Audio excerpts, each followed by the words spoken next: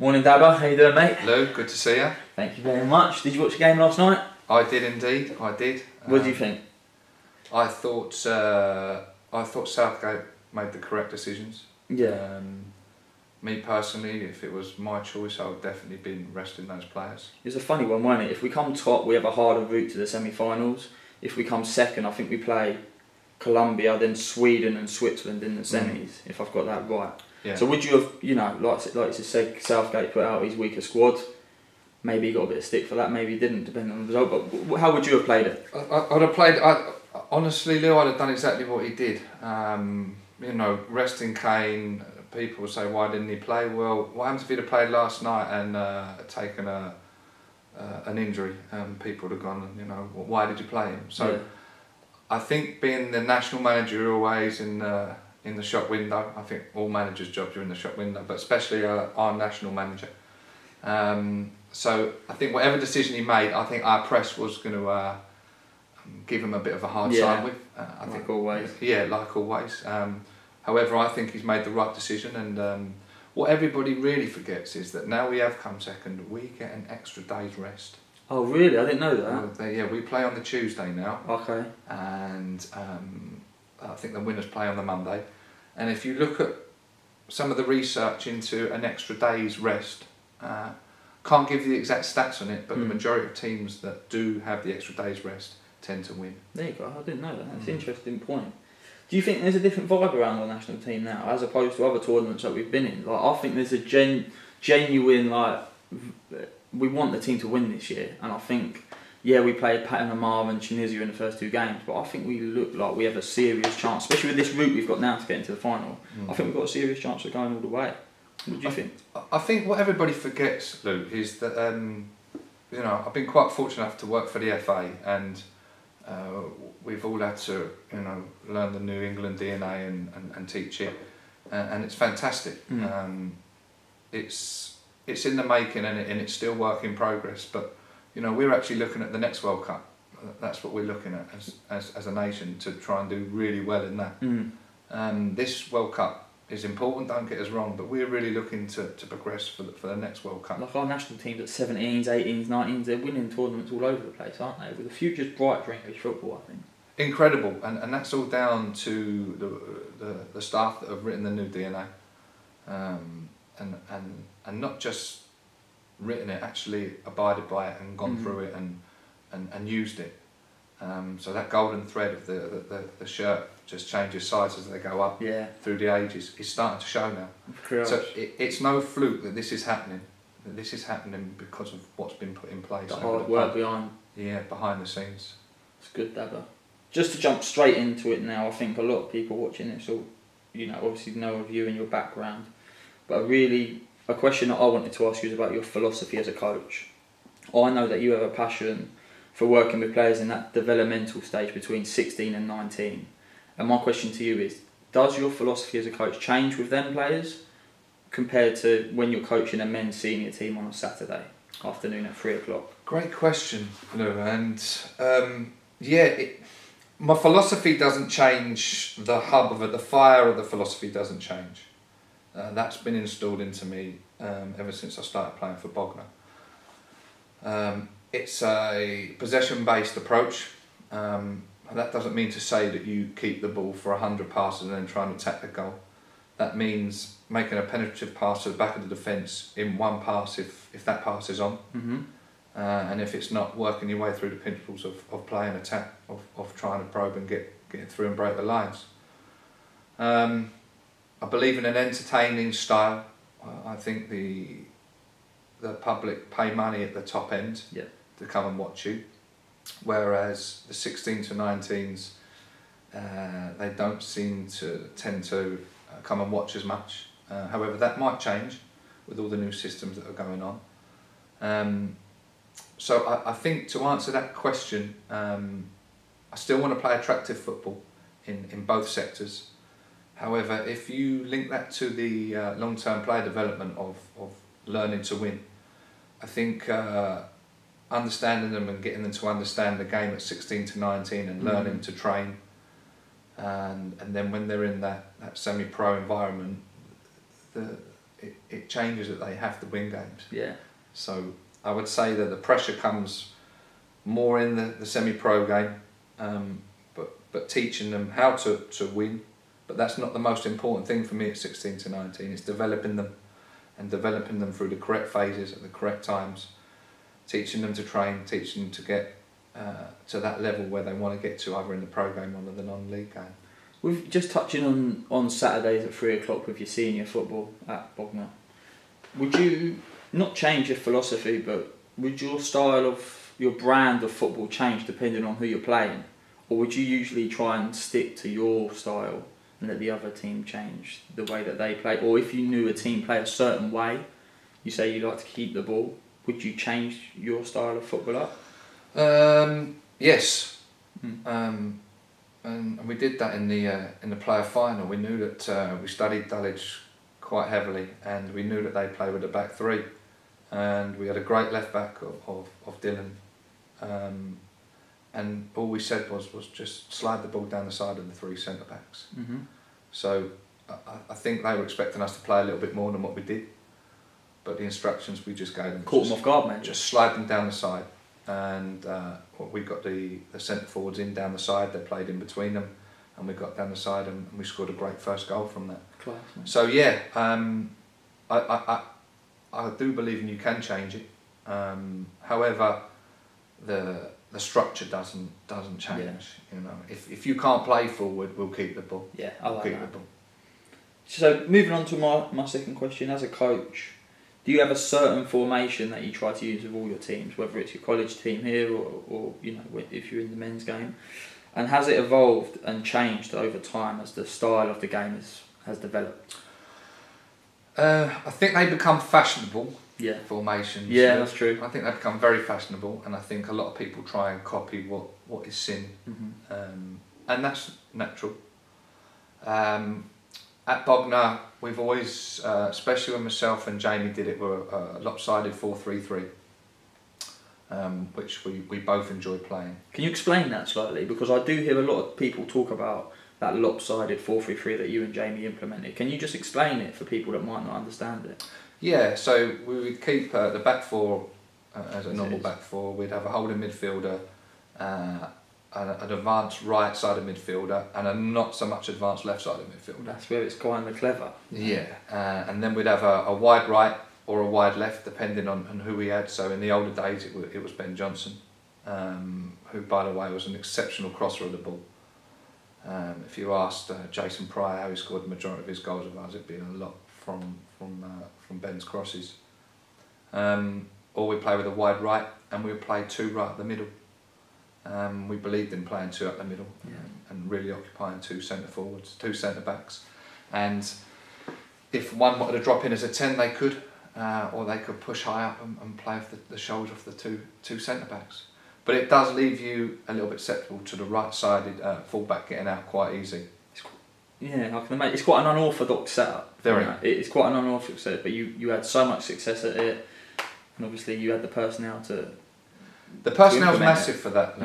If you don't have an advanced midfielder that can get in the box, or underlap the wide player, or have a full-back that, when the wide player comes in off the line, that can overlap, for me the system can fall down a little bit.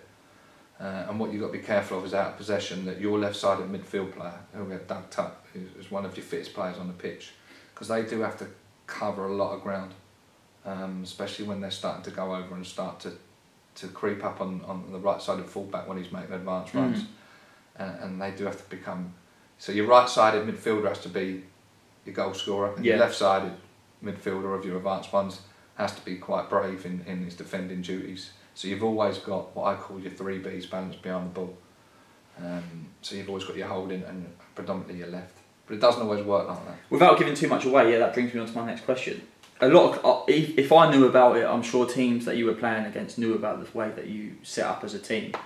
What would they try and do to kind of counteract that formation? And then, without obviously giving away your secrets, was there a certain change that you made to then get over that?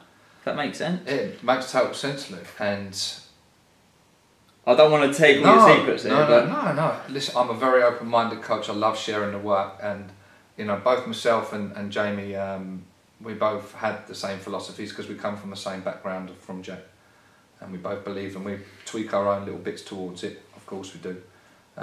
However, everybody knew what we did. Yeah. But because we did it so well, they couldn't stop it. Right. And that's for me, when you've mastered it, when you know you're doing it well. Yeah. As a collective group of players, as a coaching team, when you're doing that well and they can't stop it, they know what you're doing, that's when you know you're doing it well. And look at the set pieces now. Everybody can video them. They can probably have drones up in. Yeah. But if you do them properly and you do them well, you can't stop it. You can't stop it. Yeah. Well said. Good answer. So, bringing on to the next question, what do you think, Dabba, is the biggest change that you've seen in football as you've become a coach? What was you? Non-league football, I mean. Yeah. I think the attitude in players, Lou. I don't, and this isn't everyone, I just don't see the hunger and desire that we used to see. I don't know whether that's society. Can you give us some examples of, you know, when, before this change happened, of the attitude and mentality of players? Was there more love for the game? Was there more passion? Or do you think now, is it money? Is it because there's too much money involved in the game now? I really couldn't answer that, Luke. It's a hard one. Yeah, it's, if I'm being honest, I just find it, like I said, I don't know whether it's society, I don't know whether it's social media, I don't know whether there's other things going on, there's too much to do now. But just that hunger and desire to get to the top, I just don't see it as much. It's a shame, I think. I mean, it is. But I'm hoping it will come back with all the new systems that are being put in place. Yeah. From a playing point of view, where's the desire to head a ball gone? Anybody seen that? We were just talking about this, weren't we? And I completely agree with you. I think the only player, you've obviously seen a lot more forward than me, but the only player that I see head the ball properly is Gary Alfick at Burgess Hill. When he was at Worthing with me a couple of seasons ago, I've never seen someone head a ball like it, and there is no one else that can do it. Yeah, he attacks it. Yeah, he goes through the ball. Oh yeah, absolutely. But where's that gone though, Dabba? I mean, is it because teams aren't playing as direct football anymore, or is it? So that's one way of looking at it, Lou.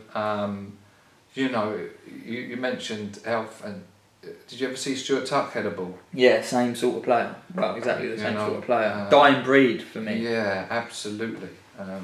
You know, they really attack balls with aggression. So if there's any players out there that want to get in your team, you should think about practicing getting up and winning the ball in the air. I love seeing an aggressive centre back, Lou. You don't have to have two. You definitely need one, in my opinion. Yeah, that is aggressive and will win the ball. You see the amount of times that it bounces, or the centre forward will come across and flick it, that nearly lead to goals or corners, and everyone forgets that it might lead to a corner, a set piece, that, you know, are so important nowadays. You know, everybody forgets that when it becomes a corner or a set piece, that one, from a free kick you have to retreat 10 yards. Two, you get the dead ball specialist of the team that can come up and strike the ball. And three, then you can load the box with the 3 or 4 great big giants that you got in the team that can head the ball. You know? So dangerous. That's a good point. Moving on. Played at Bognor from 94 to 98. Yeah. Correct? Yeah.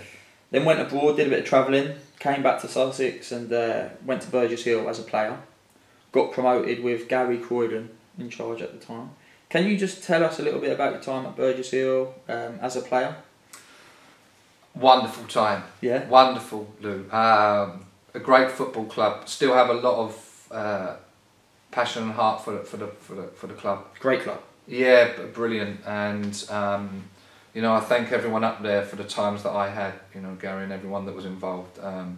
The team spirit and the cohesion that we had in them days was incredible. Absolutely incredible.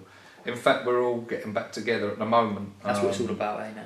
Yeah, young Matty Ash has not been very well lately, so it was great to go up and play a charity game there the other week, and all the boys are actually meeting up this weekend, which would be nice. But yeah, incredible club, incredible cohesion throughout that period that we had. you obviously went on to manage and be the coach at Burgess Hill. Yeah, I coached. I coached. What was that transition like? Was that your first coaching role? Yes, it was. And again, I think my first real pressurised coaching role. And I thank the club and Gary for those. And I've always said that every time I see him, I thank you for those opportunities you gave me. Super. And it was a great opportunities, and they let me express myself. And I'll link that back into my philosophy now, Lou, of letting younger coaches and managers have a go at it. And you can link that to experience-based learning. Just jumping in. Let them have a go at it. At that point, did you have your badges and stuff, or was it more of a... No, I had my B licence. I was studying for my A licence at that time. So you did want to coach, but it was your real life. Always knew that that was where I wanted to be. Always, Dabba. So yeah, it was. They were incredible times up there. There you go. Back to Bognor in 2004. So you must have been at the Hillians for 3 or 4 years. Yeah. Back to Bognor. Was that something that you always planned, or was it more of a natural move to come back to Bognor? I got the call from Jack, and Bognor's always been my club. Yeah. So yeah, when he gave me the call, it was quite an easy decision to go back. Yeah. Went back and coached for Mickey Birmingham and for Jack. So that was an easy decision, really, for me. Obviously, been at Bognor a long time. In 2010, Jamie Howe arrived, and you two become joint managers of the first team squad. You both took the club to new heights, getting promoted out of the Bostik South, getting promoted out of the Bostik Premier, and then into the Conference South. Yourself, a massive achievement, 1,000 games. Over 1,000 games, is that right? As a player and a coach. I don't think many people can say that nowadays. I think it's quite an elite club, Lou. Yeah, there you go. Especially around the county. Do you know anyone else that's done it? Trying to think who because you would have had to have played and coached at the same time. Coached and managed. Yeah. I can't think of anyone off the top there. Maybe there's someone that is. I'm sure there will be, but I think it's quite an elite club, and it's something I'm really extremely proud of. 100% Dabba. I think that just shows my loyalty. I think it shows that if you do find a club that you really do have a passion for, that you can achieve things. I think between when myself and Jamie took over, we did it as joint managers for a couple of years, and then Jamie's passion for managing was a lot higher than mine, and my passion for coaching was a lot higher than his. Such a difference there, Dabba, isn't it? Massive. So we had a meeting with myself, Jack and Jamie, and we came to the conclusion that Jamie will manage it and I will coach it, and Jack will be the general manager of the club. And the rest is history, as we'd say, and the achievements that we had was incredible. I completely agree with that, and it will bring me on to my next question, but I just wanted to touch on what you said there. Can you just explain to people that maybe are starting out on their coaching careers and their coaching journeys what the difference is between being a coach and being a manager? Yeah, the manager, your phone don't stop ringing, and a coach, it doesn't ring as much. There you go. So you still encapture everything. I think the manager makes all the final decisions, but that's where me and Jamie did have a great relationship, where I'd say 90 to 95% of the times we had the same views. I don't know whether that was just playing together, managing and coaching together, and being around the philosophies that we'd grown up with and coming through with, but it worked, and it worked really well.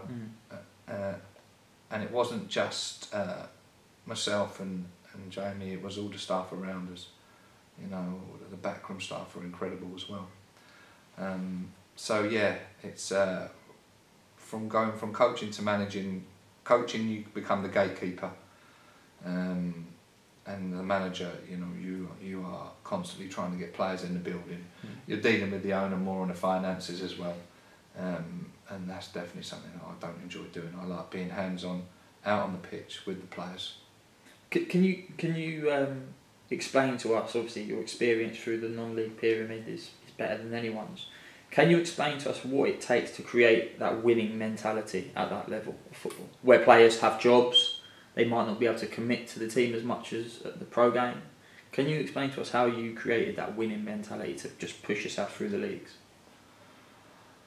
First of all, get yourself in a situation where in training, you've got to remember they've been working all day and they don't want to be stop, start. So you've got to capture their imagination in training. Doing that, that's where it becomes hard, because you need to get your information across that what you want to do on the Saturday or what you want to do like mid-term goals.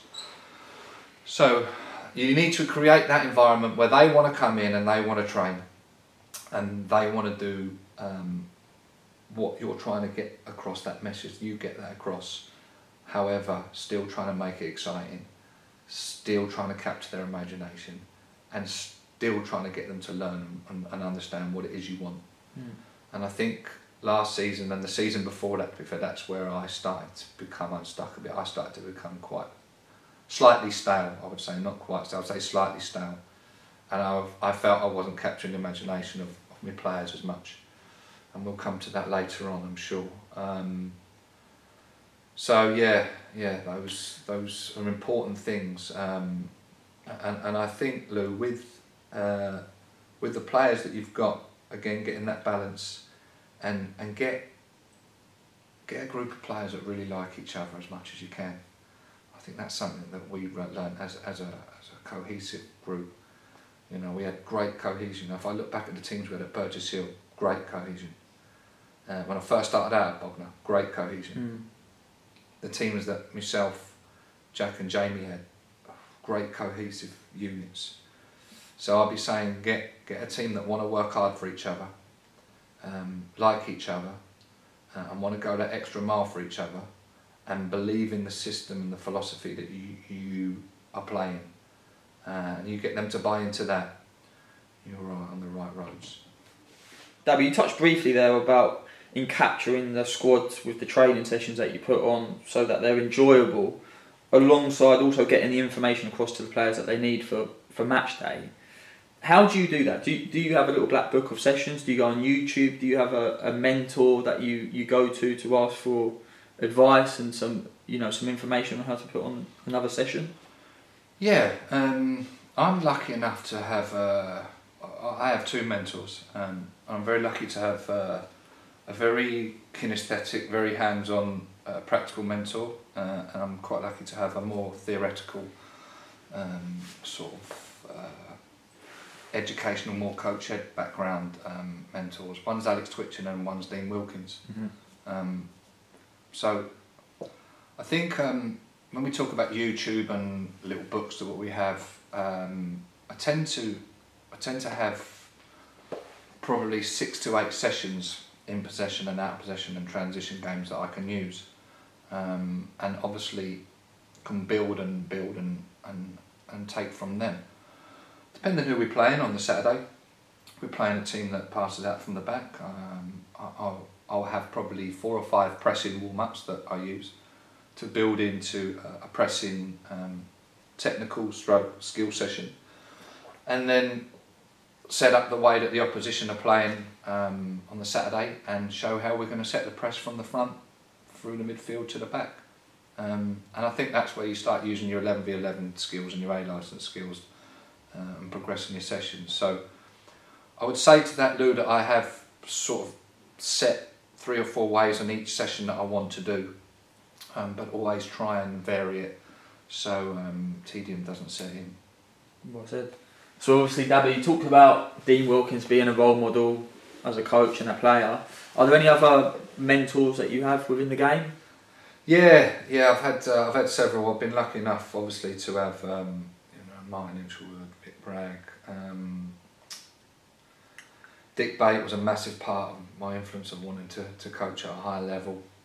Alex Twitchen, some good friends, Joe Sargent of the FA, and a good friend of mine, Gavin Pugh, who we lost through ALS a couple of years ago, who was a massive part of my working in America with him.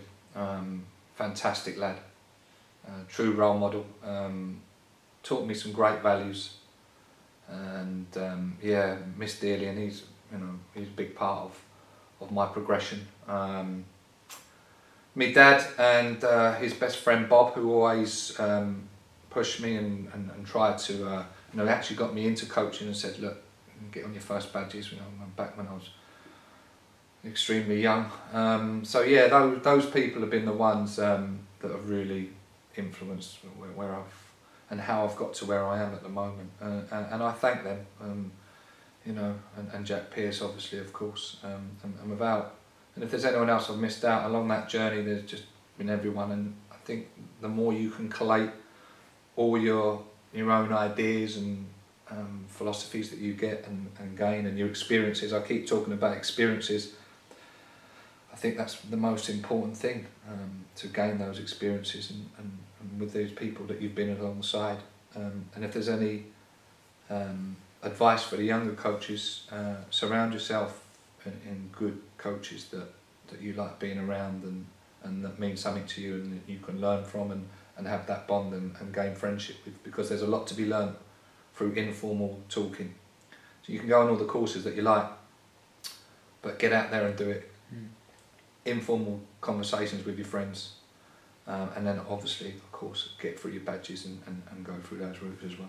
You talk about your roles and your mentors. Are there any young coaches in Sussex that, you know, lean on you sometimes for advice and and come to you and you know, have that view as you being their mentor? Yeah, there's a lot out there, Lou, that I get calls from, and I'm extremely I take it as a massive compliment. So yeah, there's a few out there that give me a call. It's like a hierarchy, isn't it, of pecking. You go to there, and then obviously I speak with my mentor, and that's the way natural learning takes place, you know. Brilliant. And we're very open. Don't mind sharing any of the ideas that I've stolen from other coaches, and robbed, and built your own bits onto, and put your own ideas into, and that's how we learn. And that's how we learn. But like I said, surround yourself in people that have a good knowledge base, and you enjoy being around, and you can gain friendships with, because there's a lot to be learned from informal chats. I think, you know, no one has more experience through the leagues than you at non-league level. Can you explain to people that are following the Bostik leagues and the Conference National Leagues what the biggest differences are from Bostik South to Bostik Prem to Conference South and further beyond? What's the biggest difference on the field? Centre forwards, in my opinion. Yeah. You could use a scale, a continuum of that, where I would say the Bostik South, so the Ryman when we played in it, the Bostik South, I'd say you'd give a centre forward say 10 chances in the game and he'd probably take 1 or 2. I think you go into the Ryman Premier and you gave him 10 chances, he'd probably take 3 or 4. It makes sense. And then you went into the Conference South, where they're outrageously ruthless. Right. If you gave them 10 opportunities, you were probably looking at the back of 5 or 6 goals being scored. So is that purely because the strikers they have more ability, or is it because the defensive units as you go up get weaker, or is it a bit of both? No, or is it purely just you feel like the strikers get better as you shoot up the league? They get better, Lou, but also the defensive units do become stronger as well. Yeah. I do appreciate that. However, they're just so much more ruthless. They're unbelievably good at aggressive movement across the front of you. Set plays, biggest thing I learnt back in the Conference South last year. Set plays. Yeah. So many goals gone through. We had, I think, we had three corners. We had 2 short corners. We had attacking free kicks in central areas. We had attacking free kick wide areas, but I didn't coach enough of it in wide areas. And that's something I addressed myself. And I'm always I talked about experience, learning earlier. If you do something and then you need to be able to reflect on it. And I'm quite good at that myself. I'm quite harsh on myself with things like that. So I think, the more you go up the leagues, people say it becomes more physical. Well, yeah, that's what I hear a lot. Is that true? Or? Not really, Lou, No. because Doug Tuckstill was fantastic last year, even in the Conference South, and he was up against big, strong lads. Yeah. But so ability always shines through. I believe so, me personally. But yeah, set pieces, centre forwards, and they'd always have that advanced midfielder that would chip in with their 10 to 12 goals a year.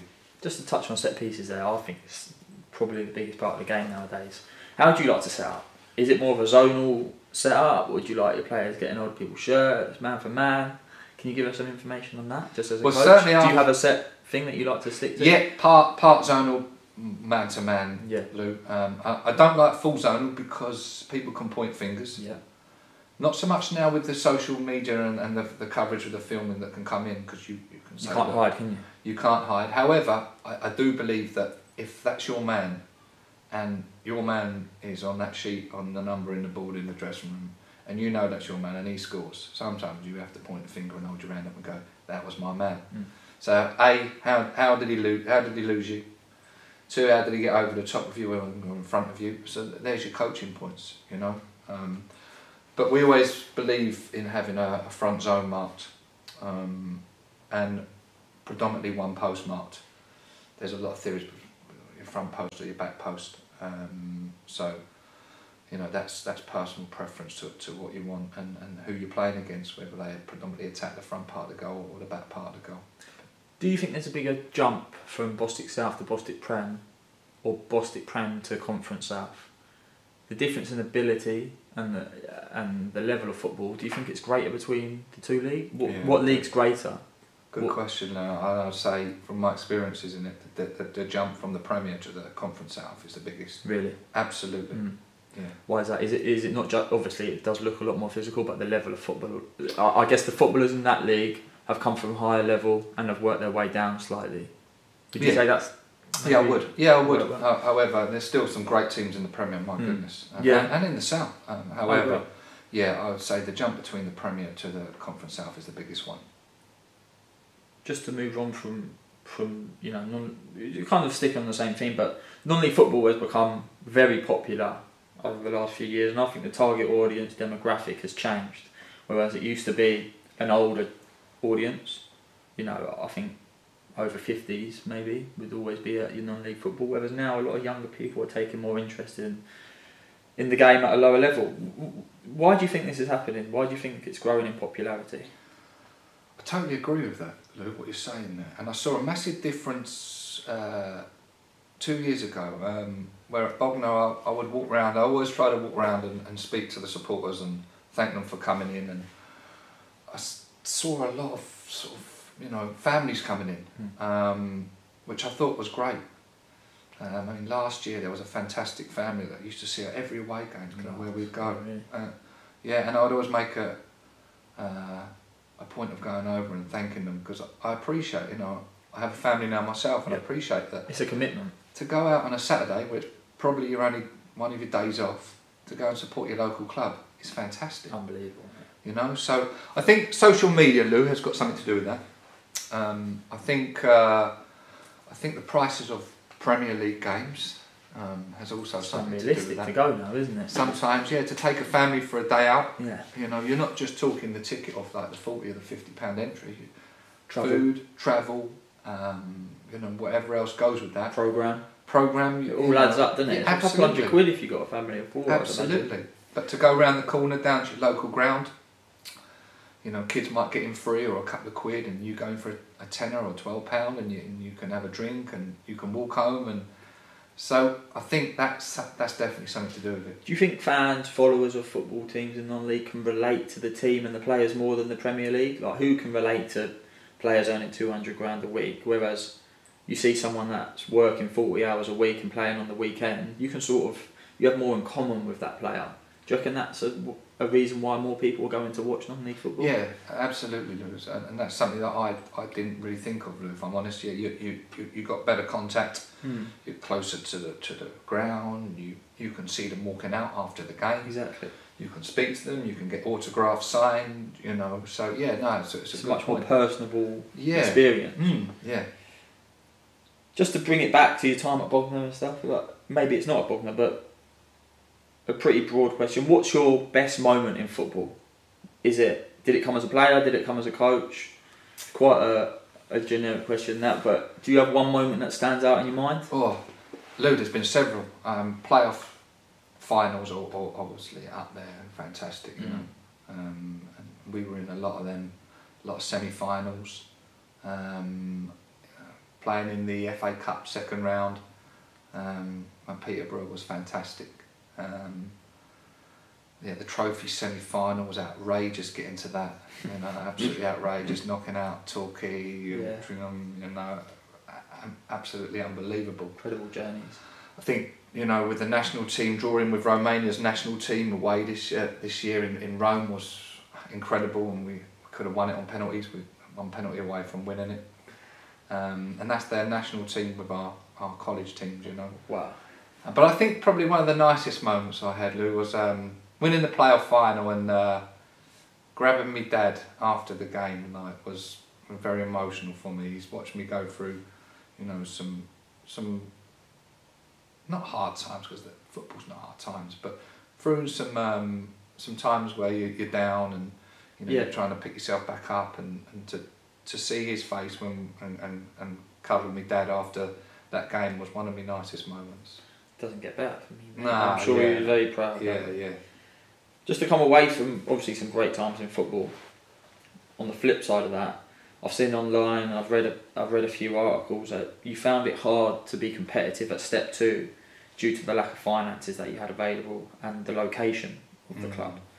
Can you explain to people that don't know much about this, the struggle to compete with clubs that are throwing stupid money at their team? And obviously you weren't able to do that.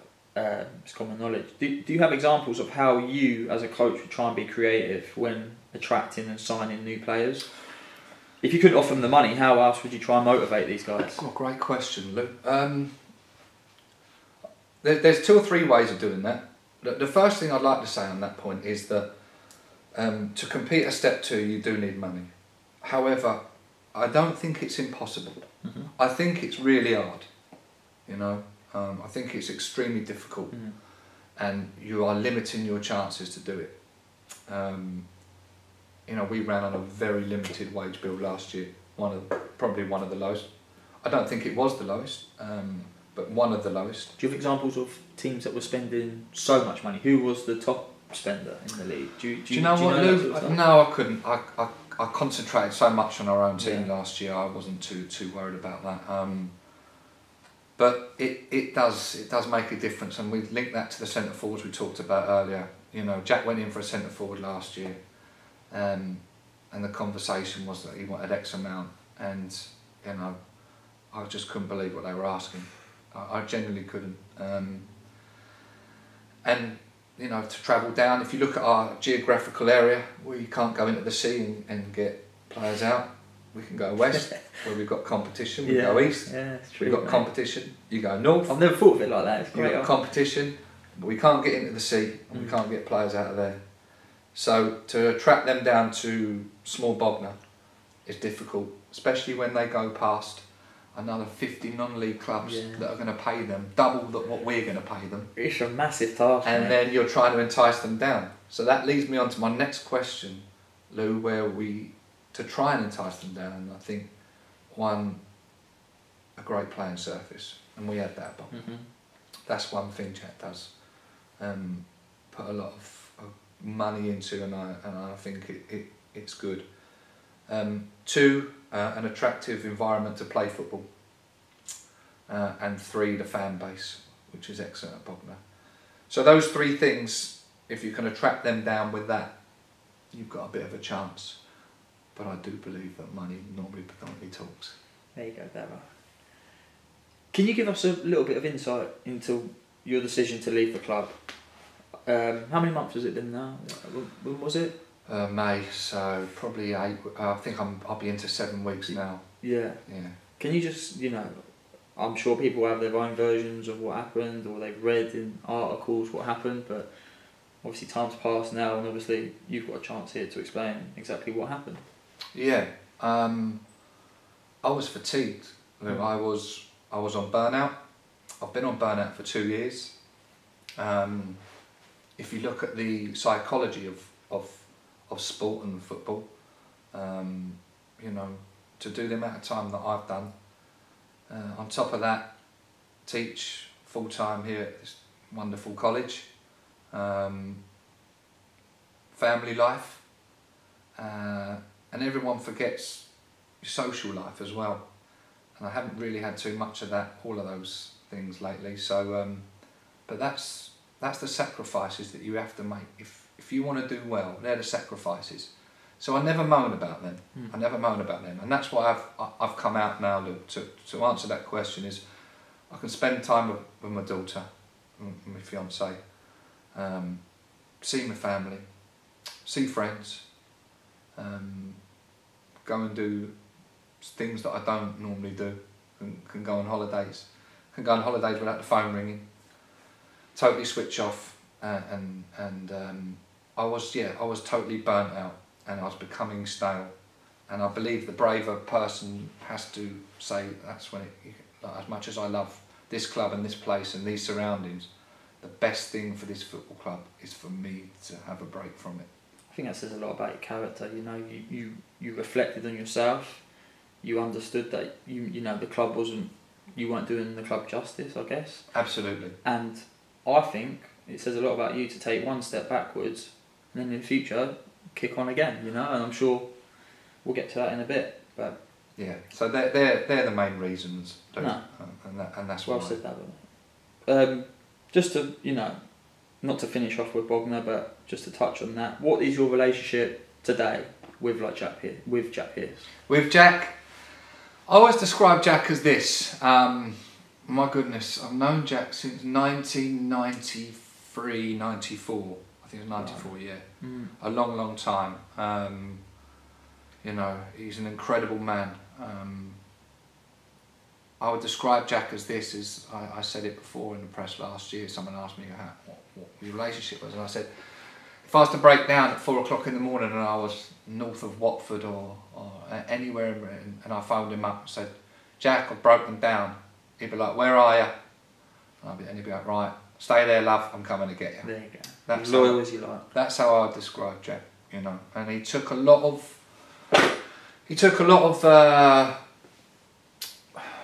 hard press last year, and you know what he's done for the club is exceptional. Without him, it wouldn't be there. And I know there'll be fans out there going, I disagree with this because of this, this and this, and they're entitled to their view, and I appreciate that. And I've never ever said that's, you know, you can't say that. They're totally entitled to their opinion. But when you really do get to know Jack, he's an incredible man. If you're in the presence of Jack and you're with him for a couple of hours, you'll see the amount of phone calls that he gets from, and I mean hierarchy, I mean real hierarchy. And not just that, people phoning him for advice, and you know, and he's always there for anyone.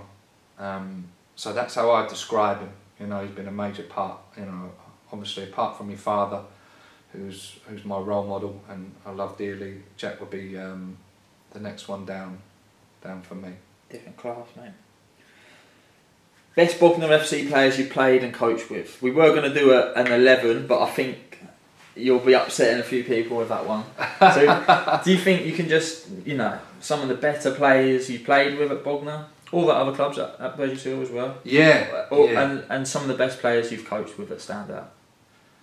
Best player I ever played was undoubtedly Dean Wilkins. That goes without saying. Without doubt, you know. My job was so simple at full-back, that just get the ball from the goalkeeper and give it to Wilkins. He was unbelievable, wasn't he? It was, the left foot was just a wand. Yeah. And yeah, I feel privileged to have played behind him and with him in that team, and bonded a fantastic friendship with him ever since those days. What coach as well? The best that I've seen, me personally. Got to be careful how I word it, but I see a lot of the top end coaches working. But in my view and my eyes, he's the best that I've seen working, and without a doubt, no question about it.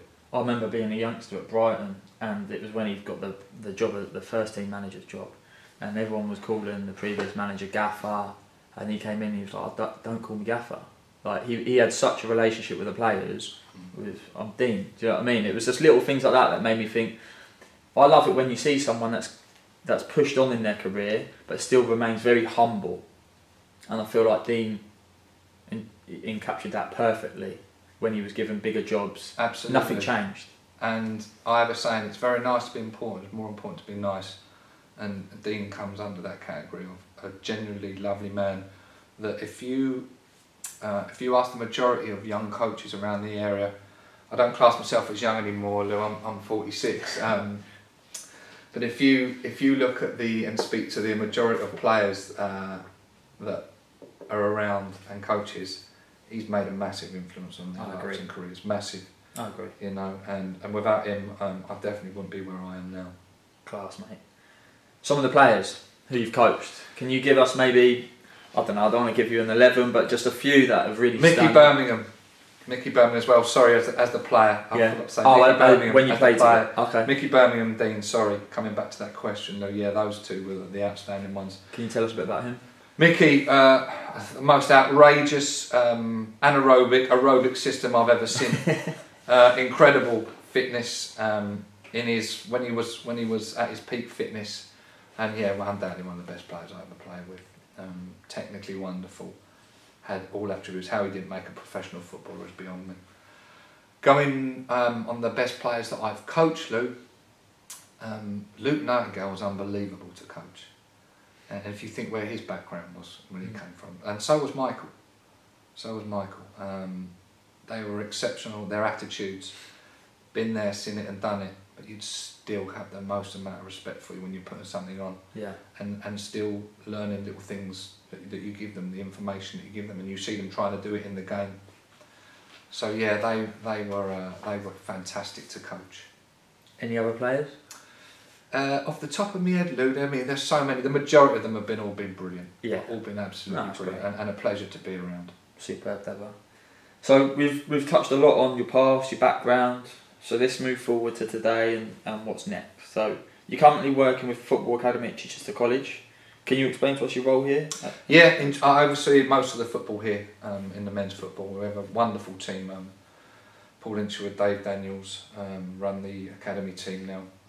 So I think this is my 18th year here. So Dave and Paul, I've handed the reins over to them for the academy side now. And each year they're progressing it, and each year we're steadily getting it better. And it's wonderful to see. So we're in really good hands with them. There's lots of things in the pipeline the college are looking to try and do, which is nice, to try and progress it. There's a lot of competition out there now. Yep. You know, we were having that discussion, what did the youngsters do before all these academies and programmes were out there. So I think one of the major things we do here, Lou, at Chichester College is that we don't just look to build players, we look to build better people.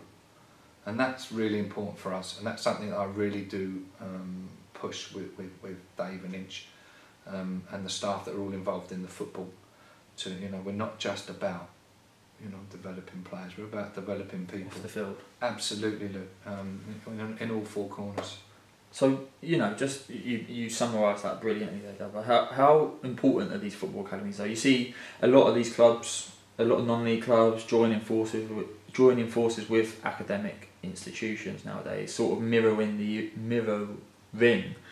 US system. How important is it to give these men and women a pathway and opportunity to continue training, studying, and keeping them in a professional environment? Yeah, absolutely, Lou. And what we all tend to forget in these environments is that education is so important. Student before athlete. Absolutely. Student athlete. So your studies come first, is that correct? Us here, absolutely. Totally. Maths and English, I know the government are pushing it, so yeah, we look ourselves upon the education side as much as we can, as much as the development.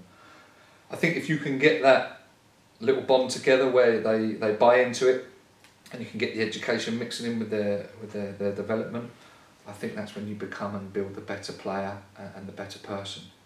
Do you offer, is it both A-levels and a BTEC here at Chichester College? Or yeah, what is the course? There are A-levels. We're a very open college, so we are open to anything that they can link into sport on a Wednesday. So we keep the Wednesdays free so they can play sport. There are A-level opportunities, yeah, BTECs. FA courses, NCFEs, public services. So it's a very wide lots of courses available. Yeah, loads and loads of courses available for students. What's the main goal for you at the helm here at Chester College for your student athletes that enrol in the football academy or in the athletic department as general? Is it to try and push them towards careers in sport, or is it, you know, to go into other fields? Is there a main goal for the academy? I think, look, I mean, that's the golden question, isn't it? Really. Time will tell. Obviously, people's paths change. So yeah, if you look at what we've done, I mean, we've had a few go into the pro game. You know, Omar Bagul, Mickey Demetrio. We've had some good success stories, like every other, you know, decent academy that are working. But I think as long as they come out as better people, Lou, that's our main objective. Yeah, I love that. You know, if we can get them to another level of where they want to be, and if it's 5%, 10%, we've made a difference to them, and that's the most important thing for us. Class, mate. And obviously, at the moment, I believe you're still England College's manager. Yes. Is that correct? Can you just let us know a little bit about that role and your responsibilities at England Colleges? Yeah, been involved with from the ECFA. I mean, right back since I joined in 2003, 4 was it here, and always wanted to. Whenever I first started out, Lou, I used to go to the ECFA games. There was myself and there was Simon East and Tony Stairs, and we were all in. And that league was strong. I'm going back to those times, and I always said to myself, I want to be the national manager. That was what I always said to myself, and I've achieved that goal now. Brilliant. And I'm there with it, and I want to build a bigger and better program there. I've got a meeting actually next week, so we're trying to enhance that program and push that even more. So they come from the programs from their academies and wherever they are in the education structure, and then into the national team, and we try and give them these great experiences where we go to Rome, we play Wales, we sometimes play Australia in that's a friendly where we don't obviously go there. However, that's on my agenda at the next meeting. It is, yeah. And they get an incredible experience, especially when they go to Rome. You know, they're playing Lazio's regional team. What they're playing for the boys. Italy's development team. They're Romania's national team, Albania's national team. And these are big lads. Yeah, I'll bet. These are big lads. So what are the requirements? You just have to be involved in a A-level or B-Tech, a sixth form college. Is that the requirement? You have to be an FE and linked to the ECFA. Okay. Yeah. And how often do you guys meet up and train and get together as a squad? So we meet up in October. We have the trials, the final set of trials, and then we have a weekend at St George's Park, which is fantastic. We play the independent schools. Super away have an excellent team. And then we try to get 2 friendlies in before we go to Rome. That'll either be Australia or a team local around like a Chelsea Foundation. And then we head out to Rome with the team, the 18-man squad. Sometimes I think they bumped it up to 19 now to help us out with players, but it's really the 18-man squad that goes. And yeah, the rest is all about their development out there. Pitches are tight, players are very athletic to say the least, to put that politely, and the challenges are incredible. And we talked about systems of play, and I did change my shape to a 3-5-2 over there, speaking with Tom, the assistant, and myself. We felt that 2 centre forwards on these type pitches is a lot more efficient than having one, and we did ever so well this year. I see a lot of boys from Sussex, Matt Boylan, Finton Walsh. Yeah. There's a few others. Luke Brodie made. There's a lot of the southern boys that made it over the past sort of 4 or 5 years, and it's great to see that that's what's going on around the county, and extremely pleased for those. And that's through merit, by the way. That's not me putting me South. Good players, man. Rose tinted glasses on to get them. No chance. I can't do that in my role. They thoroughly deserve to get in. And they've done ever so well when they've gone abroad and conducted themselves in an excellent manner. It's a big deal for them players. Yeah. You're representing your country. It doesn't matter if it's the national team, you're representing the country. So absolutely. It's a huge honour for them as well. Absolutely. How fine is that line though between, you know, them boys going with England colleges to then getting into a pro setup?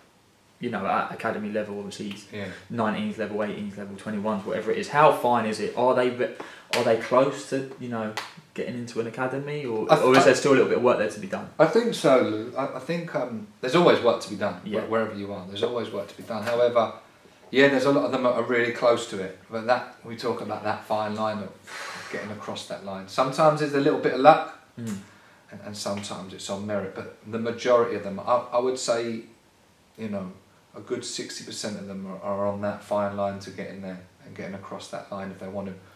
It's tough though, because when you go to these clubs, do you think that you have to be better than the players that they've already got? Is that the right mentality for clubs? Should they just, if you're on the same level as players that they've already got, why don't they just bring you in, and maybe when you're in a professional environment, you grow as a player? I feel like a lot of these guys, when they go to pro clubs, they might be as good as what they've already got, so they don't get the nod. Do you see what I'm saying? Do you have to be better than what you've got?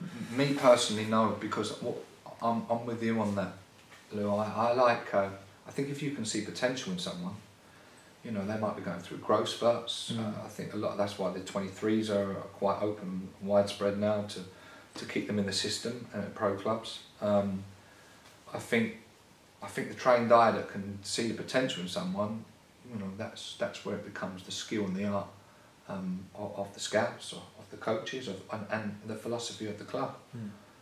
The philosophy of the club. Yeah, absolutely. Yeah. So obviously, still involved with Chichester College, still involved with England schools, England colleges. Sorry. Big question for me, and what I think 99% of the people watching this will want to know is what is next for Dabba. Great question again, Lou. Definitely a holiday. Definitely a holiday. That's first on my list. I think there's you know, a couple of my friends work for the FA as well, and Big Joe Sargison. I'm looking to go away. We're going to do some study visits. I think we've got Lazio, Roma. Is that just to learn what they're doing? Yeah, learn. You know, open your mind again, Lou. Like I said, I've become stale, and I need to move on to another level now, and I'm gonna. But you have to be self-dependent and independent, learn to go and do that. You have to want to go and educate yourself. So I think there's Atalanta, Lazio, Roma. I think we've got Fiorentina, maybe Cadiz. Sounds like a decent holiday. Yeah, there's a few going on. We're just trying to tie them up at the moment. I mean, I just feel the experiences that I've had abroad have been excellent. I mean, I managed to get down to Bilbao for a week, down to South America to Vélez Sarsfield in Argentina for a week. Great experiences, 2 World Cups, and I just feel the more that you can get out there, and there's some wonderful things going on here.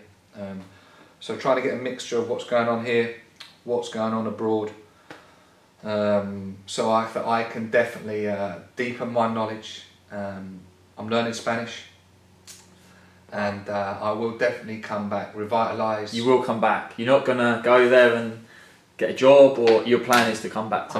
I'll be coming back. I'll be coming motivated, back. and I'll be coming back revitalised. I'll be coming back refreshed. I'll be coming back wiser, and I'll be coming back hungry again. Nice.